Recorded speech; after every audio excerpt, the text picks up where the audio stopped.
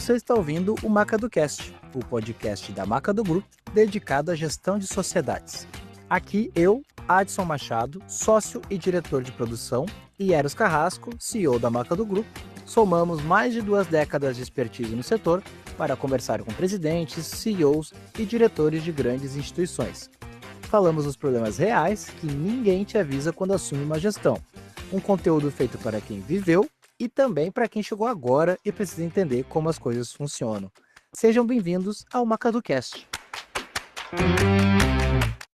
Alô pessoal, aqui começa mais um episódio da MacadoCast, o podcast criado pela Macado Group para falar sobre gestão de sociedades.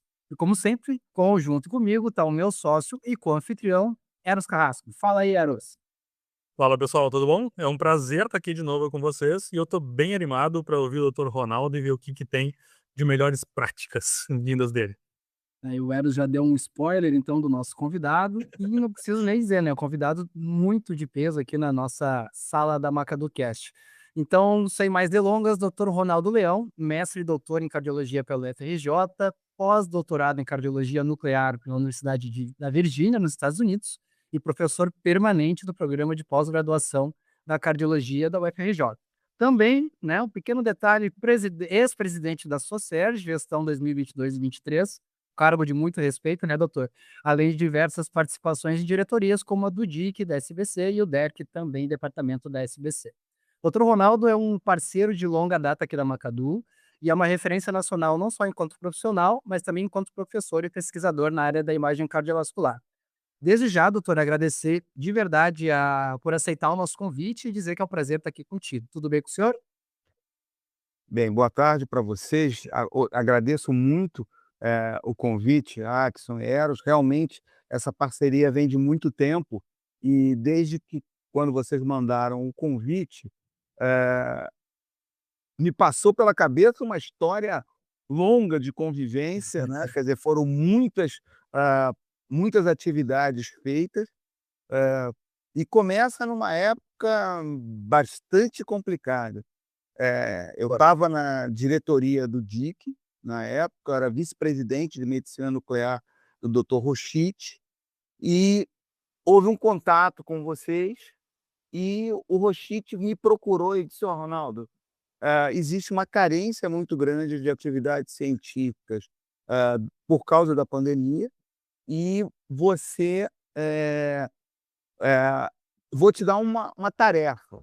Você vai criar um webinar do DIC". Isso não existia, foi planejado na época, rapidamente, porque também não tinha muito tempo, a gente tinha que começar logo com vocês, eu fiz o contato com vocês, e foi uma experiência incrível, incrível, porque na época foi um sucesso, assim, espetacular. Até hoje, as pessoas lembram, outras diretorias deram sequência, algumas com algumas aperfeiçoamentos, do modelo, mas foi uma coisa incrível, e aquilo me deu um estalo. Pô, é uma coisa fácil de fazer, porque, até ali as pessoas faziam essas atividades tendo que reunir em alguns locais, saindo do seu trabalho no final do dia, e isso estabelece uma barreira incrível. Eu não me lembro os números, Adson, mas você pode talvez me dizer, na época nós tivemos webinars com 500 pessoas, de audiência. Isso numa área muito específica, porque era de imagem cardiovascular, não era de cardiologia geral. Você muitas vezes tem sessões de congresso, em pequenos congressos que não tem 500 pessoas na audiência, né. Então essa foi a primeira experiência e foi uma experiência que me abriu um olhar para esse tipo, de atividade de forma muito muito clara. Eu saio da diretoria da SBC para a presidência da Socerg. Na Socerg eu brinco sempre dizendo que na Socerg eu só não fui ainda o faxineiro, eu estou como diretor financeiro, diretor administrativo, presidente de congresso, eu já fui tudo. E aí eu chegava o momento de ser, presidente da Socerg, E eu queria levar essa ideia para lá, entendeu? E foi criado também um modelo semelhante de webinar para a Socerge. Lá tinha uma vantagem, porque a Socerge, por ser uma sociedade geral de cardiologia, os temas, então a gente fez uma escala anual em que cada departamento, doença coronária, hipertensão, imagem, cada um era responsável por um mês e fazia todo tipo de atividade. Casos clínicos, aulas teóricas, eh, bate-papo, todos os tipos de atividades eram feitos nesses webinários e lá também, mais uma vez, um sucesso muito grande, muito grande. Eh, eu acho que, não me lembro exatamente se os webinários da Socerge começam na minha gestão, acho, para fazer justiça, acho que começam na gestão, do Dr. Volney, que eu era vice-presidente, e ele consulta, na época, sobre a experiência que a gente tinha tido na SBC, e eu falei para ele: "Olha, não tenho a menor dúvida que funciona maravilhosamente bem". Ah, hoje em dia, a gente eu tenho uma dúvida em relação a isso, eu não sei se os webinários ainda são, eu vejo a SBC hoje em dia com uma quantidade gigantesca, de webinários, e a Socerge hoje em dia caiu um pouco a assistência, disso. Eu acho que o efeito pandemia, talvez, provoque hoje em dia que as pessoas busquem novamente atividades, presenciais. Mas é sempre uma virtude, e aí uma outra experiência que eu tive com vocês, aí não como gestor, mas o DIC, organizou, um congresso internacional, de imagem cardiovascular, que vocês foram responsáveis, por isso, e eu achei, na época, eu até, me senti meio traído, porque essa ideia era minha, era minha, fui eu que primeiro falei: "Pô, se a gente faz o webinar, por que a gente não faz um congresso dessa forma?". Mas na época vocês eh foram precavidos, foram temerosos por nome que vocês tinham para zelar e não aceitaram.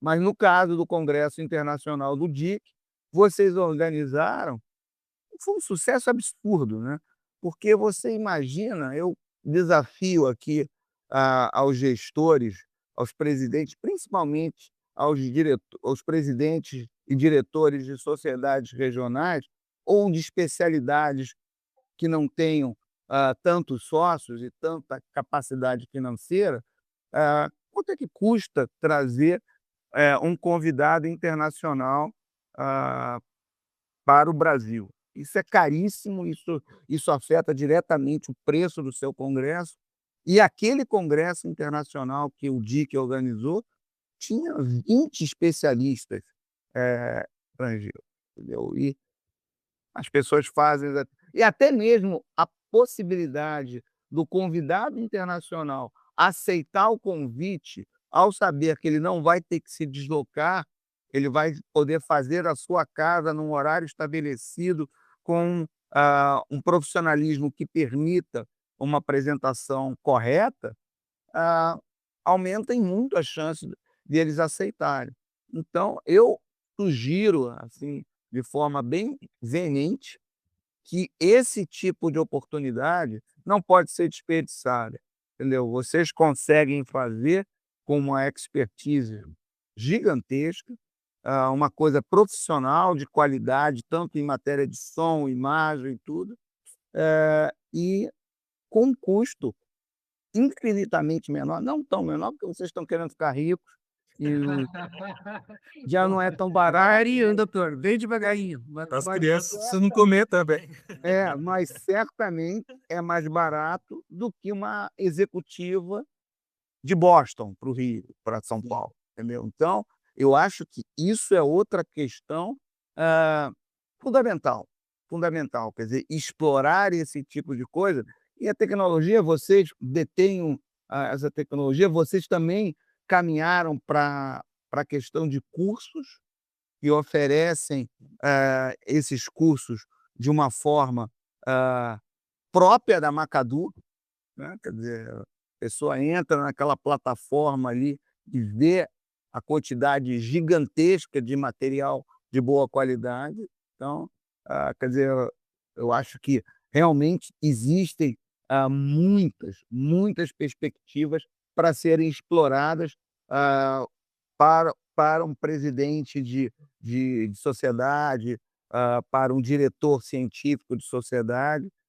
Essa questão, por exemplo, de divulgação, você é só imaginar que você prepara, às vezes, uma atividade para fazer uma aula presencial, em que você consegue reunir 50, 100 pessoas, e você, no caso da Macadu, você não só consegue atingir essas pessoas no dia de um webinar ou de uma atividade dessa, um número maior de pessoas, mas isso ainda por cima fica gravado e disponível para ser consultado, e as pessoas já sabem disso, as pessoas já conhecem esse cardápio e vão buscar isso aí, entendeu? Então, era muito comum na minha época, as pessoas que perderam o evento no dia, não podia assistir, não podia ver. Aí no dia seguinte o cara tá, aquilo foi gravado?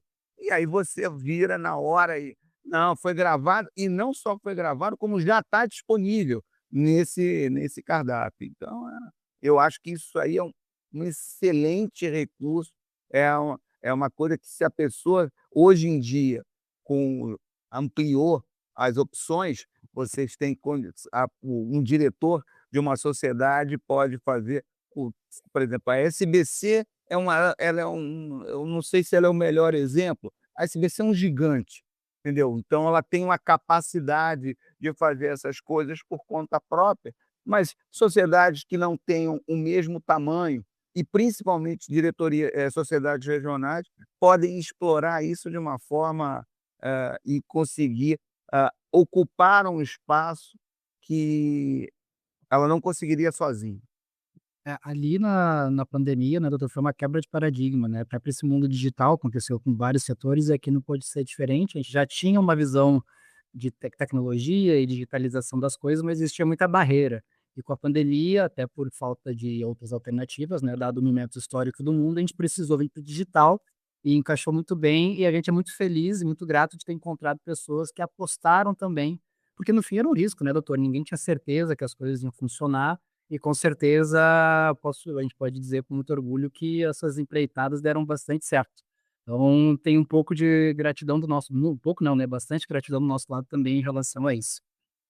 Não, isso não tem a menor dúvida, isso não tem a menor dúvida. Quer dizer, naquele momento ali da pandemia, o efeito, quer dizer, o efeito que essas atividades trazem, no meio, eu testemunhei, por exemplo, eu na diretoria, eu na presidência da Socerge, houve uma discussão muito grande, quando se voltava a fazer atividade presencial.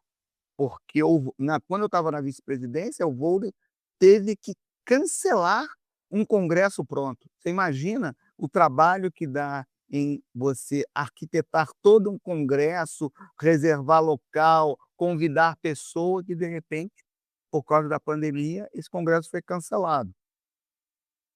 E a fazer a volta era complicado, porque a gente não sabia até que ponto as pessoas iam reassumir atividades presenciais, e exatamente pelo sucesso que foram essas atividades online, entendeu? E é claro que depois, hoje em dia, por exemplo, eu nem acho que o webinar é o melhor modelo, eh, principalmente para o povo mais jovem, entendeu? O pessoal prefere podcast. Podcast. Podcast é uma coisa, Podcast tá tomando conta. Aham. cara, podcast é uma pílula, entendeu? O cara é aquilo que o cara quer. O cara tá no carro, tá indo para o trabalho, joga um podcast, vê aqueles 10 minutos ali, e é isso que as pessoas estão buscando. E só vai, e cada vez mais, e vocês sabem isso bem, tem que orientar a os diretores, os presidentes e diretores da sociedade, para o que está sendo buscado, entendeu? Eu acho que, quer dizer, talvez podcast nem seja mais, porque já deve ter sei lá, o mini podcast, um ou dois, um ou dois minutos de coisa, mas é isso que eles querem mesmo. Eles acham digamos que o webinar é muito longo. Eu estou cansado, trabalhei o dia inteiro, quero ficar com a família. O webinar é muito longo, apesar de você poder escolher a hora de assistir. Mas o podcast não, o podcast é muito curto, muito breve e vai diretamente no ponto que as pessoas estão buscando. Quer dizer, então, isso aí já foi pouco depois que explodiu, mas que pode ser feito e pode ser desenhado de forma a atingir um grupo de pessoas muito mais amplo, muito mais. Entendeu? Um movimento que a gente viu aqui ao longo do tempo foi bem esse. Então, na época da pandemia, o webinar para tudo quanto é lado. Aí o pessoal começou a produção de eventos e estruturas maiores.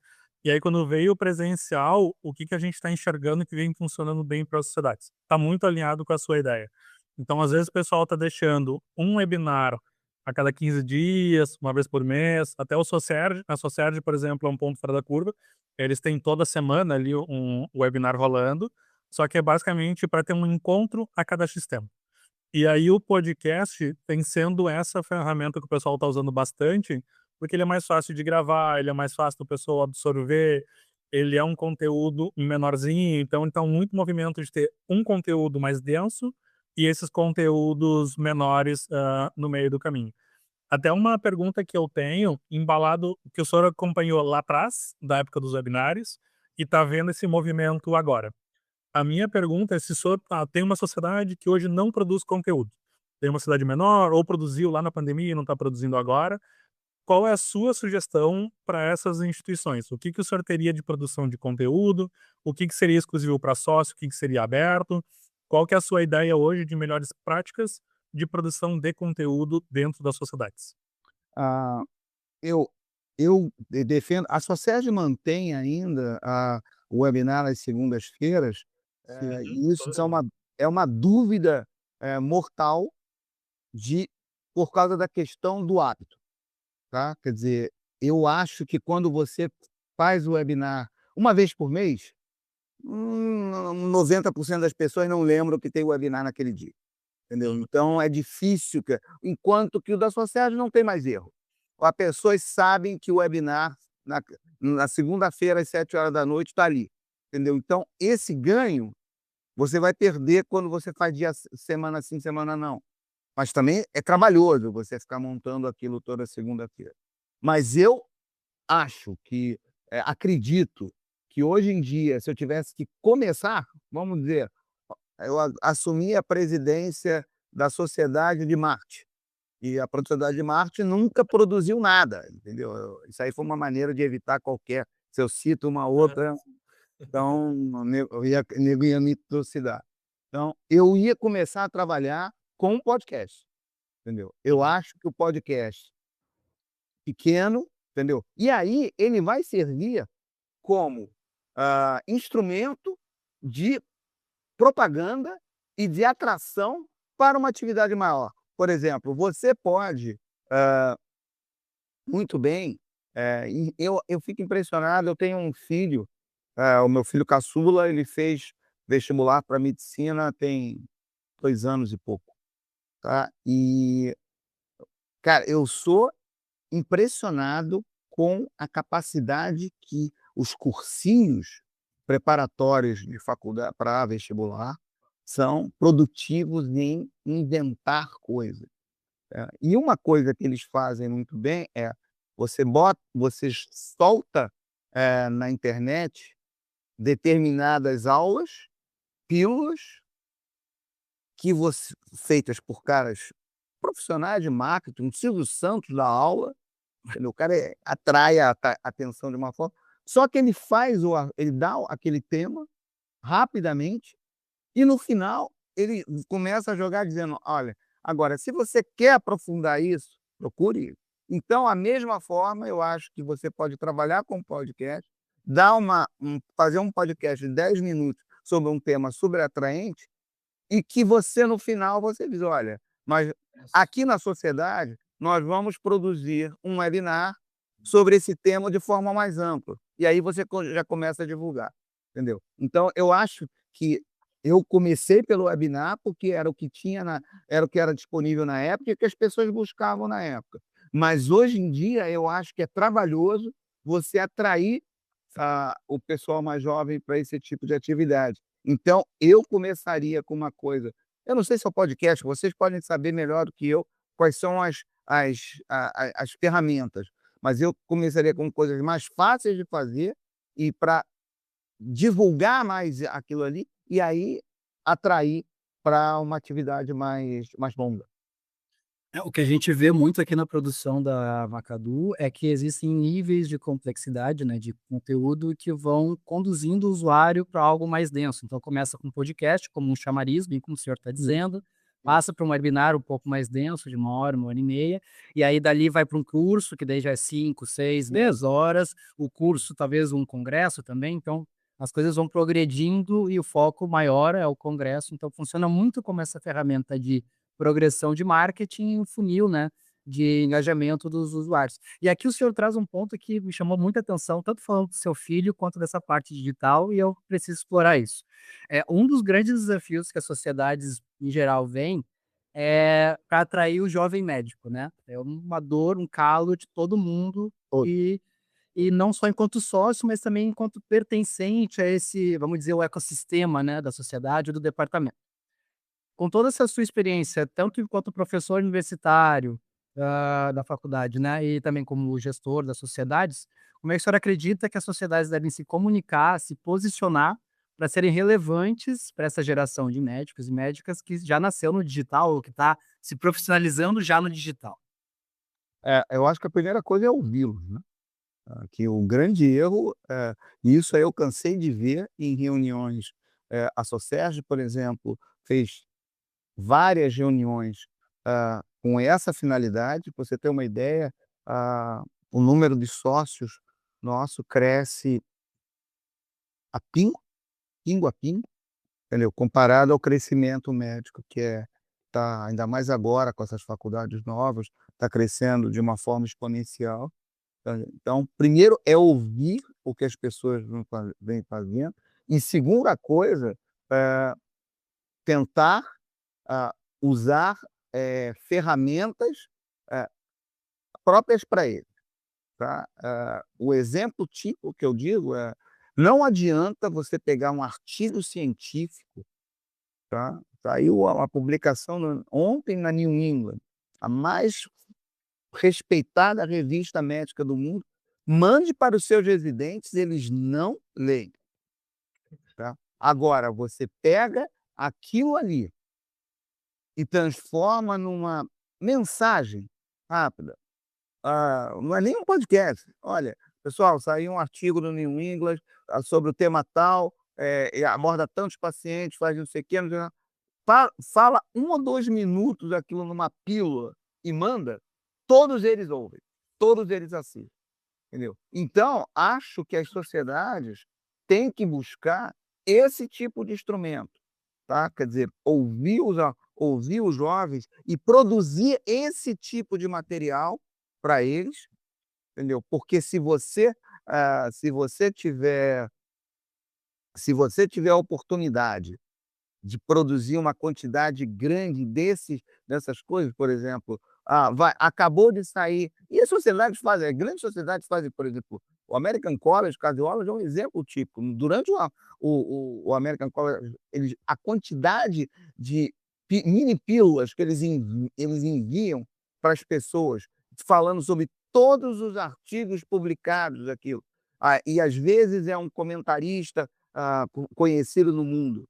Ah, se as sociedades puderem produzir esse material e oferecer isso para os seus sócios, eu acredito que isso vai atrair, ah, os sócios jovens, entendeu. Não adianta só congresso, não adianta só, aula, porque não eles os caras não têm tempo e não estão dispostos a gastar tempo, quer dizer, a minha geração passou. Quer dizer, o que foi feito na minha geração, isso não existe mais, eles são diferentes. Quer dizer, eu estou falando aqui o que que eu ouço, mas não, mas acho fundamental, se eu amanhã reassumisse a presidência da Socerj, eu convidaria para a primeira reunião residentes de todos os hospitais e diria: "O que que vocês querem, da Socerj?", entendeu? Não adianta, reunir pessoas experientes, competentes, os experts de cardiologia da cidade, porque eles não conseguem falar para esses garotos. E basicamente são esses garotos que a gente está querendo trazer para a sociedade. Para que a gente possa ajudar o pessoal que está ouvindo, o senhor lembra de alguma sociedade, algum programa, algum exemplo que a gente possa dar para eles, que eles possam ir atrás e ver como foi construído essa comunicação com os residentes? Sabe, algum programa, alguma coisa assim que o pessoal possa entrar num site, ver algum modelo para eles conseguirem seguir? Eu acho que o DIC faz isso muito bem, o DIC faz isso muito bem, ah, mas o DIC, ele está num patamar, eu tenho um pouco essa dificuldade, Eros, pelo meu grau de especialização, tá, quer dizer, eu não sou só cardiologista, eu sou cardiologista que faz imagem cardíaca, então hoje em dia eu não tenho tanto contato, com o pessoal tão jovem, porque o residente que está em contato comigo, ele já fez residência de clínica médica, depois fez residência de cardio e depois está fazendo residência de cardio imagem. Entendeu? Então, esse pessoal do DIC, mas eu vejo que o DIC faz isso e produz muito material de qualidade para o pessoal, produzido por gente jovem. Inclusive a sociedade. O DIC tem um negócio chamado DIC Jovem. Né? Então, são jovens Eu que lembro. produzem e que fazem isso. No Fundão, Fundão é a UFRJ, aqui no Rio de Janeiro, a gente chama de Fundão porque fica na Ilha do Fundão. Então, na UFRJ, eu sou professor de aluno, de terceiro ano, quarto ano, dando aula, do básico, entendeu? E eu vejo isso claramente, não adianta, você querer produzir, você chamar, por exemplo, as pessoas pagam muito keynote, né, pagam, outros programas para as pessoas terem, acesso. Não usam, não usam mais isso, entendeu? Porque o que o cara quer é uma pílula de rápida, que gaste 1 ou 2 minutos para ele real obter aquela informação.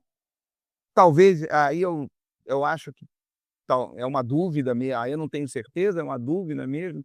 Eu não sei se, isso bem feito é capaz de fazer o que eu conversei com vocês lá no começo, quer dizer, um primeiro 1 ou 2 minutos sobre um determinado assunto, depois um podcast de 10 minutos e depois um webinar de 30 minutos, e isso vai atraindo as pessoas a quererem informação de forma cada vez mais rápida, mas, eu acho que as coisas hoje em dia são muito mais difíceis. Por exemplo, quem compra um livro hoje em dia de medicina? Eu sou um dinossauro, eu tenho um livro de cardiologia, chama Brown, eu tenho a edição número 1 do Brown, quando eu era estudante, ele está na 13ª edição e eu tenho as edições todas, mas isso é uma questão quase de superstição, não é uma coisa obrigatória, porque toda aquela informação está disponível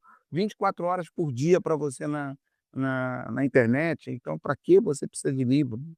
E a mesma coisa está nessas aulas muito longas, nessas discussões muito longas.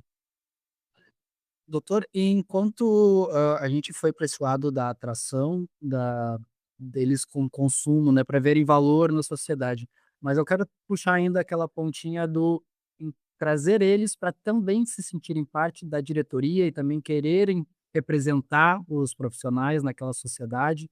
Como o senhor daria uma dica tanto para quem é mais jovem e está iniciando, e como atrair eles para esse mundo de diretorias e gestão, E também o contrário, como falar para os colegas que já são gestores, já estão nessas posições, para eles, de alguma forma, serem mais abertos para o que o jovem tem para oferecer, né. Então os 2 lados da moeda aí. Ah, mais difícil, por incrível que pareça, é muito mais difícil fazer os mais velhos, estarem dispostos a ouvi-lo, tá, os mais jovens. Então, ah, ah, existe uma experiência bem sucedida na Sociedade de Cardiolo na Socerge, que acabou sendo copiado, pela SBC e por todas as outras regionais, que é durante o congresso, fazer eventos tipo disputa de ligas ou disputa entre os residentes, para isso atrai o o participante para a disputa que ele vai fazer parte e, consequentemente, ele frequenta o congresso, entendeu? E ele começa, ver. Isso eu acho que foi muito bem sucedido na Socerge e, isso é copiado por outra. Essa ideia do DIC jovem, hã, muito boa, mas eu ressalto aqui aquilo que eu comentei em relação à idade, né, quer dizer, o DIC jovem não é tão jovem, quer dizer, são pessoas que já têm um tempo de formado, 4, 5, 6 anos, mas sugeria a esses presidentes de sociedades regionais, principalmente as regionais, já que a SBC tem ela colhe o que é plantado pelas regionais, de atrair essas pessoas para as suas, decisões de diretoria, tá. Quer dizer, você pode tranquilamente trazer um representante, dos residentes e dos estudantes para dentro da sociedade aconselhar e sugerir, as coisas. Eu tenho uma coisa que me chama atenção, a Socerge, da qual eu estou mais próximo, tem uma enorme vantagem em relação a isso, porque a Socerge é dirigida hoje em dia por, digamos assim, entre aspas, garotos, né.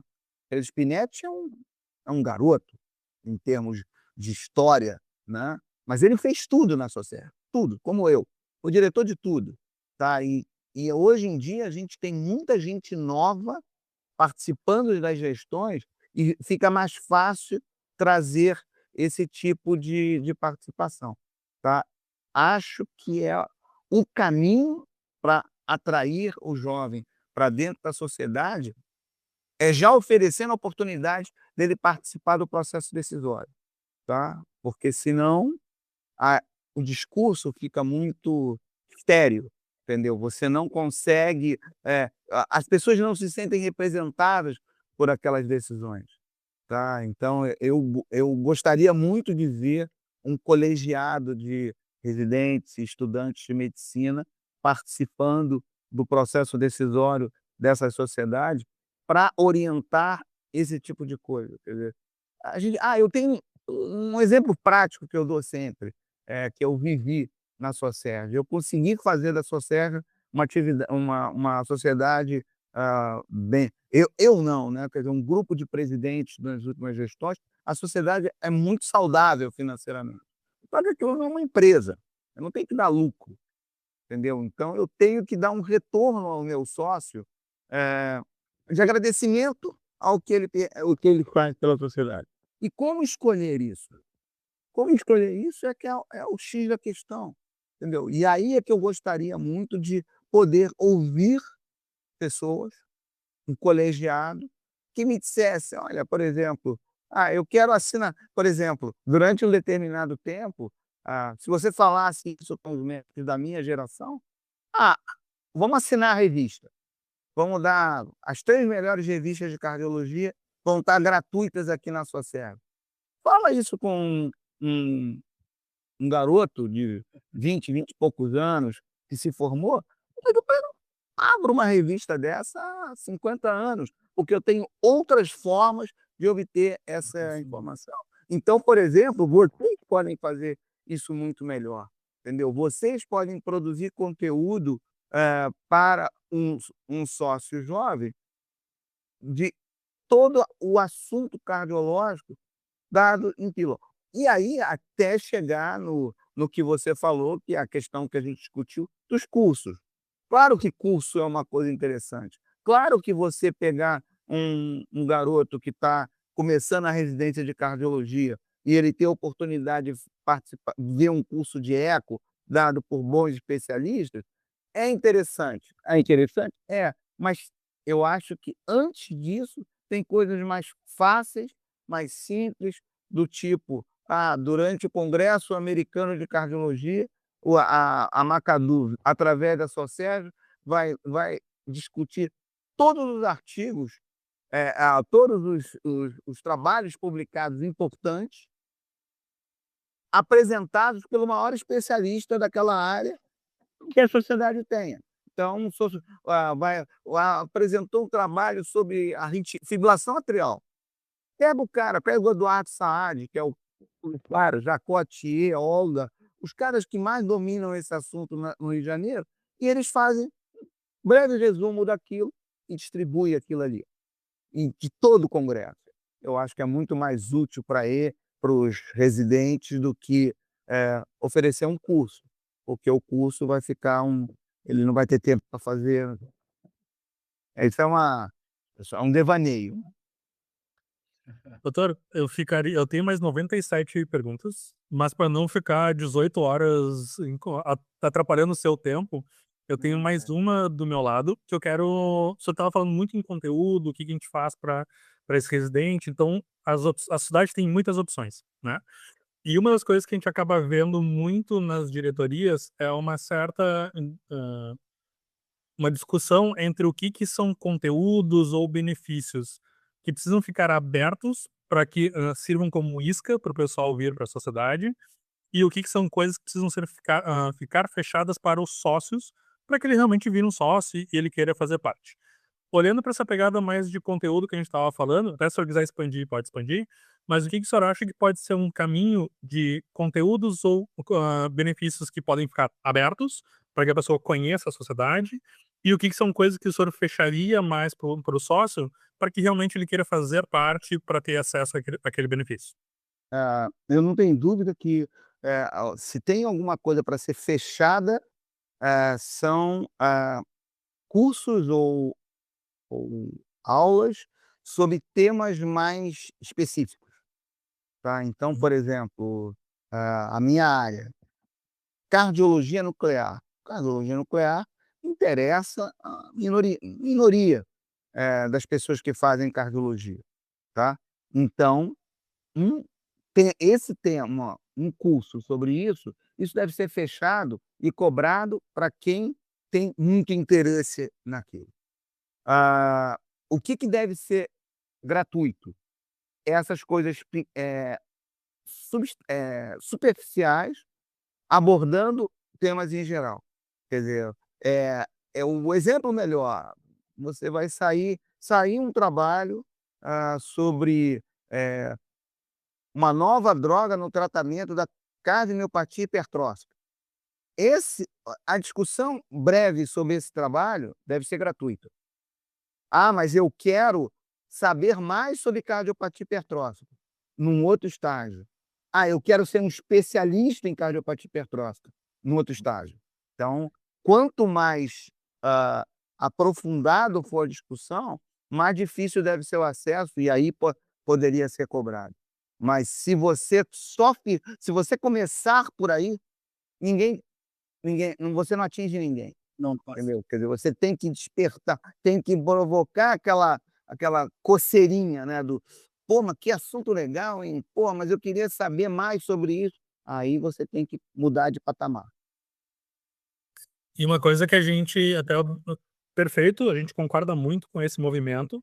Inclusive, tem várias cidades que eles fazem essa lógica, né, os podcasts e as mesmas lives ficam abertas, e aí os cursos, congressos, os conteúdos mais densos, aí eles são para sócios.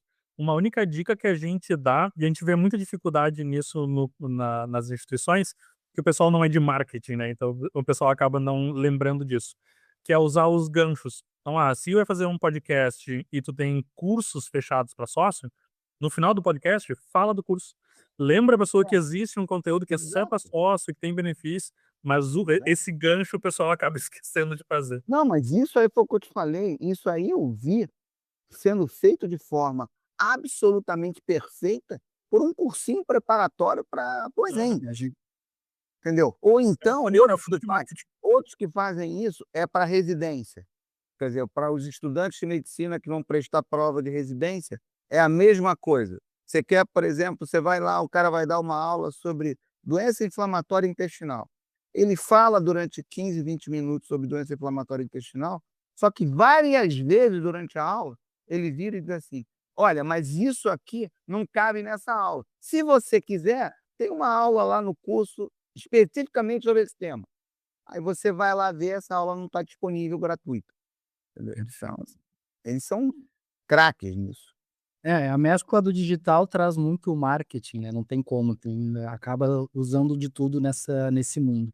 Doutor, aqui do meu lado também vou para a última pergunta para a gente encaminhar o encerramento, e acho que essa é uma pergunta legal e o senhor pode usar o tempo que achar interessante, mas como um recado final, é a seguinte pergunta, né, dentro dessas experiências que o senhor já teve nas diretorias e mesmo na presidência da Socerge, o que essas experiências lhe ensinaram que o senhor só poderia ter aprendido vivendo elas? Que ninguém poderia ter te contado e que agora o senhor vai contar para quem está ouvindo.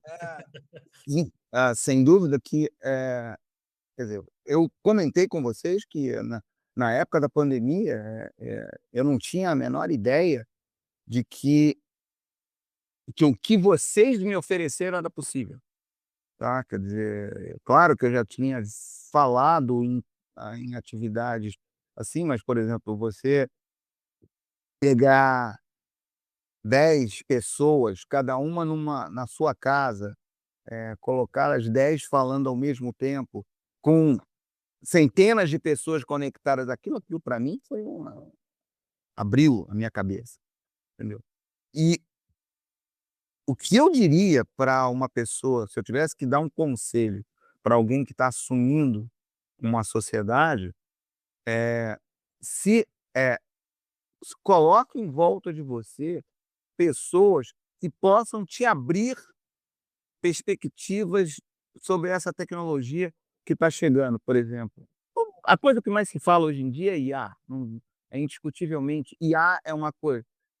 Eu não me sinto pronto para decidir por uma sociedade qual caminho ela deve tomar. E para isso ser feito de forma melhor, você vai ter que ter gente do teu lado que conheça o assunto e te oriente, para esse assunto.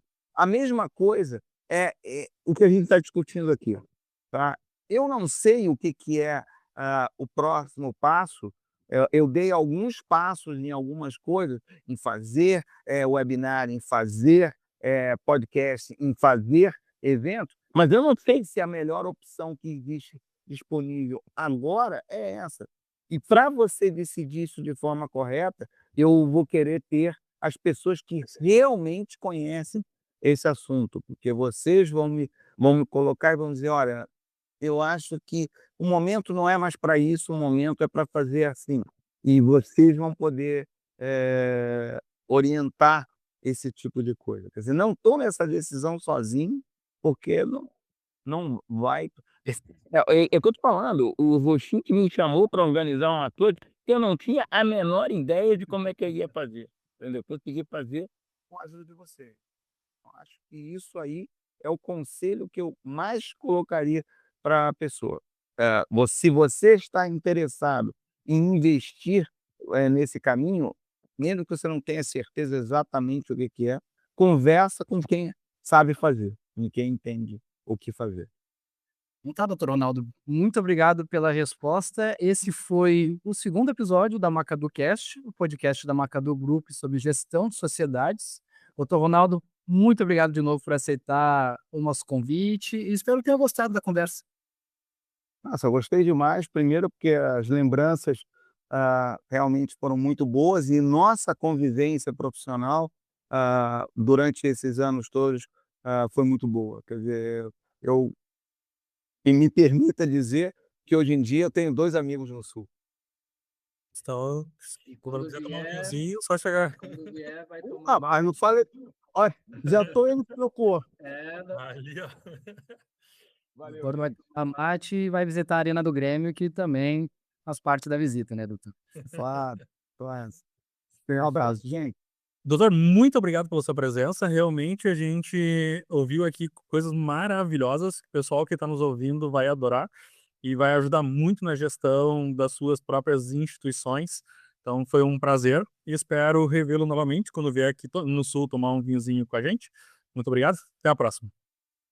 Então é isso, pessoal. Se vocês gostaram, indiquem o nosso podcast para os colegas e tragam sugestões de quem vocês gostariam de ver debatendo aqui conosco. Sigam o nosso Instagram, @macadogrupo, e acompanhem nossas novidades. Um abraço enorme e até o próximo episódio.